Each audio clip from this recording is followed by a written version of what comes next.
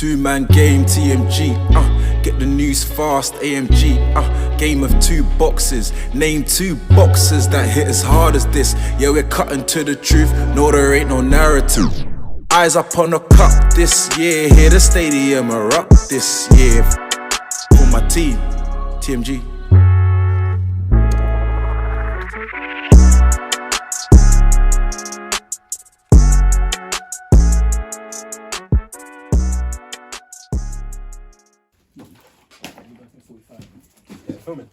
Yeah. No worries. Welcome to Two Man Game Pod, episode 47. I got no numbers for you. TMG though. 47, Foden. There's number. Of course, man. Which one? That's his Man City number. They need to change that. It's been 47. I don't think it's ever changed in it. They need to change that. For sure. What a week. Speaking about City, what do you think about this Grealish signing? Just getting straight into it. Jackie boy, Jack the lad. Birmingham boy. Hopefully I'm going to be in Birmingham next weekend for my birthday. Yeah, so book that, birthday, G-Day. He hasn't done anything to put that into plan. But I have. The club's there airing me, man. 101, show me some respect. But flip him. I hope I can bump into Jack Grealish as far as it goes. As things go, sorry. I think Jack Grealish, didn't need him. Not necessarily, but they potentially get rid of guys like Bernardo Silva. Maybe some other Deadwood as well. I don't know, but Jack Grealish is a really, really good player, very talented player. Hopefully Pep can take it. Pep and City, they can take it to the next level. But it bodes well for England. It bodes well. Him and Foden, they can really grow together. Even though Jack's apparently 26. yeah, it's 26. Foden's probably 21. But hopefully they can. Foden's 20. They can get some chemistry going. For England wise, I mean, 100 mil. There's always going to be the English tax, the Premier League tax. So that's his release course as well. So that's the it's a release.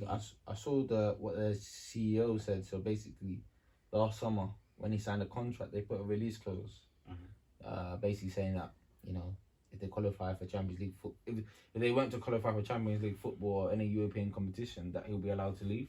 That's what was in the 100 mil. It's supposed to be what's the word? It's a discouraging fact. 100 mil is a large sum of money. It's the highest transfer fee for an English club. So you wouldn't expect a team to actually pay that money. Me personally, I don't see the reasoning behind the signing, aside from it being another homegrown player. Maybe that's the reason why they had to force this deal. Maybe they're lacking the homegrown players. If I look at City's team, how many English players do they have? Sterling, Foden, Walker. That keeper Steph. No, I don't know if he's English. No, he's USA. Stones, that's 4. And there's some young boys. So it's just the young boys. So yeah, maybe Grealish is another one just to have the stat up with some homegrown players. They don't have Delph no more.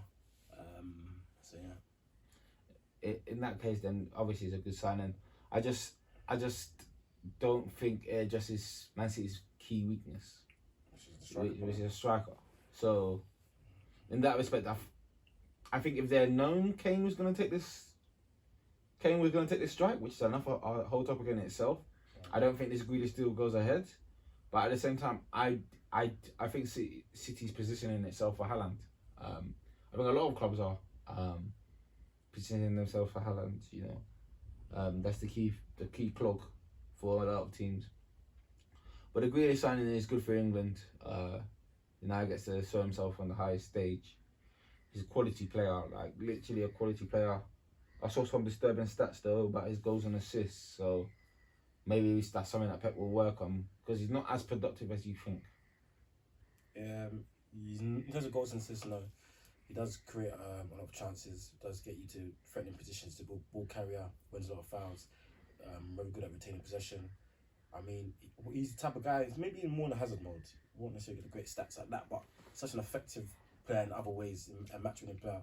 And the quality of football, attacking play he brings to the pitch. I mean, he drags so much attention and he forces so much attention from the defensive team that they have to focus him so much. How many good seasons has he had? How many good Premier League seasons has he really had? He had last season. Season before was pretty good. He just avoided relegation. If you're that good a player, I don't think you should even be there. We're not good a team. No, me personally, if you're that good a player, your team doesn't struggle to that point. Yeah. At least you get a comfortable mid-table. Look at One player's enough. One player's enough. But like, look at Mahrez and Vardy, and they won the title, fam. yeah, but the season before they just about I just don't about think Kante wasn't there. I mean, not Kante, but Mahrez and Vardy were definitely there. Are you sure Mahrez was there? Yeah, they struggled. Yeah. That was a foundation season for them. I mean, this was Maybe. that's I don't think Mahrez was there for that season. That's Sevilla's first season. It was only Vardy. No, I think Mahrez was even in Championship. Are you sure? Championship times, I'm pretty certain. I don't think Mahrez was maybe 2015, 2016. Kante came in that season, but Mahrez he had that. Are you sure Mahrez had the season before? If he was, I'll be shocked. They were playing knockout that year. Cambiasso. I wasn't hearing about Ujoa and them, man. I'm sure Mahrez is there. I'm so great that Mahrez's first season must have been the title winning season. He won Player of the Year anyway, which was Football Writers Player of the Year that season. But anyway, Grealish is a good player. He's very good. Draws a lot of fouls. City got a free kick specialist in their team, so that's gonna. Who's the free kick specialist? De Bruyne. Oh, if we're talking about Grealish, No. They have free kick specialists in their team, so now they can capitalise on those fouls.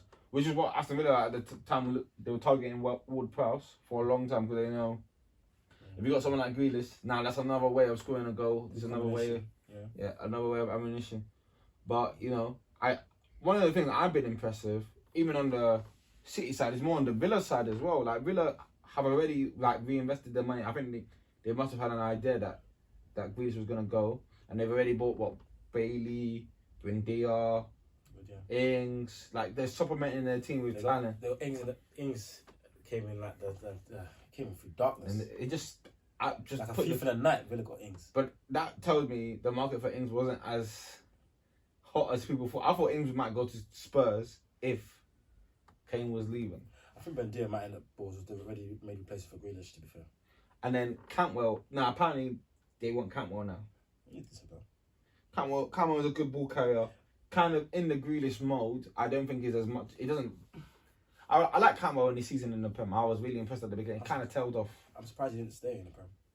Kind of tailed off in the later part. Well, we just interrupt. Yeah, I searched it.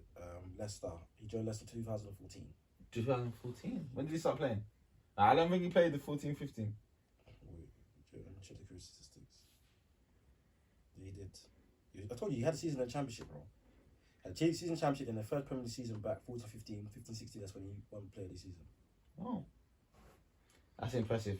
So that means he took Mahrez 2 seasons. But Mahrez is a late bloomer, man. Mahrez is a late bloomer. The thing is, talking about Mahrez as well, linking it to Grealish, is that I'm a bit worried that the thing that Pep did with Mahrez is that kind of took the flair out of Mahrez. You know, it kind of made him play within a structure. Will Grealish have the freedom to be a ball carrier or to do these things, or will he have to play to Pep's structure?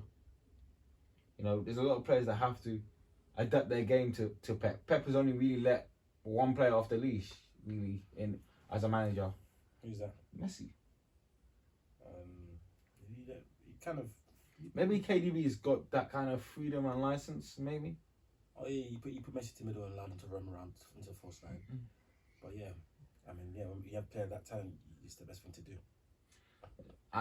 I'm kind of worried about Foden with this now. Is he a wide man? Does he come into the centre? Is it stifle his development, or is it this the end of Mahrez or one of Mahrez and Sterling? I think the way he starts right now, I think he has a lot of options. You might see Sterling up top more, especially when he gets striker in time. Sterling's got a battle with Grealish and Mahrez got a battle with Grealish and Sterling. Foden can play in the middle with De Bruyne potentially more. There's a Gundogan there, Rodri. I mean, they have a lot of options. So it's good to have these options if you want to be the best. You know, like Guardiola said in his conference today, he's going to bring the best out of the players already there. Because, you know, when you win and stuff, if you stand still, you'll get overtaken. So you need to add and improve the team, look for ways to get better. Not only to improve the team from the outset, but also improve the team internally. Get the guys thinking, you know, my place is not 30. I need to still go up to the next level. I can't just stand where I am. Because if I stand where I am, I'm going to get overtaken. Interesting you talk about Pep's interview. What did you think about what he said about the Messi thing? Was that non-committal, or do you think he's ruled it out completely? Yeah, he'll try, but I think Messi's going to be a PSG. I think that picture, you know, say a picture tells 1,000 words. I think that picture's going to end up being the night that Messi, because I think they already knew that Messi wasn't going to sign with Barca again. Re-sign with Barca when the time happened with him, Morati, Neymar, Paredes, I think Di Maria as well. And I'm seeing here a lot of rumors PSG are going hardball for Messi. I was even with my friend, shout out CJ, I was even saying it. It's the business PSG have done. It's been phenomenal recently. Well, in this transfer window, they got Donnarumma. They got some good. They made for some free. good. Yeah. Got Ramos for free. Got Ronaldo. Obviously, probably not to level. Those guys were still good player for free. They have to get Messi as well for free. So they're able to circumvent the Ponzi scheme that is FFP, which is that same said Ponzi scheme is the one that's even forced Barcelona to lose Messi. But it's not for free because the signing fees will be higher because it's a free transfer. Oh yeah, the wages when you sign a player for free, they're not stupid. The wages, the signing on fee or loyalty bonus, whatever, is going to be a lot higher, and the agent fees going to be higher as well. And so you're still going to pay close to what you would normally. Well, not close. You still pay a fair amount, as in, because obviously when you usually buy players, let's say you buy a player for 100 million, and the contract you pay them, I don't know, 200k a week. Then you have to give them a loyalty bonus of 10 mil, and they give an agent fee of 5 mil, 100 million, 200k a week, 52. That's like what? It's like 10 mil a year probably. 20, so you pay like, look at 150 million, give or take 140, 150 million altogether. So I'll be for free, you're paying 400k. If I do the quick math on that, for yearly, that's 20 mil. 400k times 52, yeah, that's 20 mil. 20 mil, so what? That's 20 mil outset just there. Agent fee, instead of paying 5 mil, you can pay him 10 mil, that's 30 million. Loyalty bonus, instead of being 10 million, if you wanted to, you can pay 15, 20, so that's 50 million. What else is there to pay?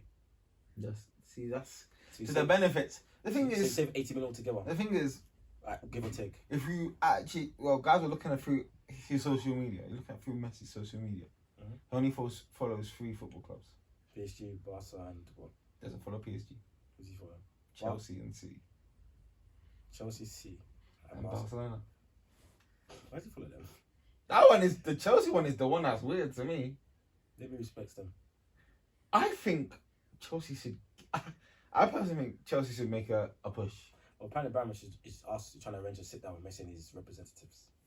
It makes sense. George Messi or Jorge Messi. It makes sense for any team that's in the like me personally. I think people are positioning themselves for Haaland because Haaland's going to be 65 mil next year. If you really want to get Haaland, yeah, and you don't want to buy, and you're scared about buying Kane, and then you won't be able to, you can get Messi now and still get Haaland. If City want Haaland, buy Messi, get Messi for the 2-3 years. Offer him, or like City have got the best wing. They can offer you 2-year contract, 1 year in one of their CFG groups, play in New York. You can still get Haaland. Messi will play less. In fact, City is perfect for Messi. Messi doesn't even need to play all the time. They want to play all the time. They got guys. They can win without him. Even Chelsea, they can win without Messi. Messi doesn't need to be the main guy. With PSG, it's going to be that's pressure. So they've not won anything. No Champions Leagues, nothing. And they will actually need Messi. Because he's the only man that's really brought the best of the Neymar, to be honest. And they will need him to win this Champions League that they've been running away from. So, I know Nike probably jumping over them here in Nike? Yeah. Why? Because if they PSG get Messi, boy, the shirt sales are going to move mad. Even Chelsea, they're getting crazy. Chelsea with Nike? Yeah. Who Man City with? Puma. Okay, so whoever gets Messi, they're jumping at the bit. Messi, I mean... There needs to be an Adidas team in this. With the Messi deal. Arsenal. I mean, because it's strange, because like a few weeks ago, there was a verbal agreement apparently that was going to re-sign with Barcelona. He was willing to slash his wages by 50% to stay at his home. He's not a child of the club, but basically a child of the club. The club that made him or helped to make him. The club that gave him the opportunity. The club that took a chance on him. And now, because of FFP financial constraints, Messi is looking to leave. It's not FFP. So that's what Thingy said. Laporte. It's not FFP. It's not the CVC capital firm agreement about they were going to give them an injection of cash to actually get Messi, but they were going to take all of Barcelona and Real Madrid's revenue. That's what I was hearing. I heard that they were going to get like 3.2 billion or something like that. Yeah, they were going to get at least 3.2 billion. They said they couldn't use it on signings and wages. But it was going to increase the cap hold for Barcelona. Yeah. To make their to sign players back to their salaries, yeah. And but one of the conditions of the deal was that the revenue was going to go all to one place and be shared. So Laporte from what I was hearing, what the information I'm saying, Laporte was saying that, oh, we can sign Messi now, but it's going to put us at risk for 50 years. So, to be fair, this is all Barcelona's fault. It all starts. What was the first deal? Was it Coutinho or Dembele? I think it was Dembele. They will continue in January, I believe. It all starts from that. The run of band signings, you had Dembele, Coutinho, Griezmann, all for 100 million plus. Not one of them hit. When you spend that kind of money, the signing has to hit. You cannot spend that kind of money and it not hit. It's a disgrace. It's a disgrace. That's poorly run. That's 300 million transfers. Some clubs have never even had one. So not Messi. So Barcelona, they're operating like Arsenal, being very inefficient, hella inefficient, making too many mistakes. That's inefficient. And you can't. And what's happened? You can't even get rid of these players because everyone is like financially constrained. COVID has even made it worse. Yeah. I was speaking with David just before the studio that Barcelona, team like Arsenal, Barcelona, they relied heavily on like the fans coming to the stadium tours, the tickets, the food and stuff like that. Like they sell like the matches, all that sort of stuff, the merchandise. And COVID is obviously completely taking that away for the most part for the last like 18 months or so. And now you're in a backward position. Now you are chasing. Now you have to find other ways of making income. Like teams like Chelsea, City, United, which are bankrolled, heavily leveraged, but they always have cash. Yeah. They can manage. They like, for example, United, their financial situation, to me, if you understand the financial, it's dire. Like they're heavily leveraged. If the owner were to ever say he's gonna cut, they would probably go into administration straight away. But the fact of the matter is, they keep pumping money into the squad, be it through loans and all that. They reinvest. They have the money, and the owner's there supportive, so they can go through this because they know they have the support of that. After the owner doesn't invest, see, Barcelona doesn't even have an owner. They don't have owners. They don't bankroll by these big men, and they're be run self-sustained, but they've made awful decisions. There was a time when Barcelona had no sponsor on their shirt. They were that self-sufficient. In fact, they were even given there's UNICEF, Qatar Foundation. How come Barcelona have no sponsor? Who's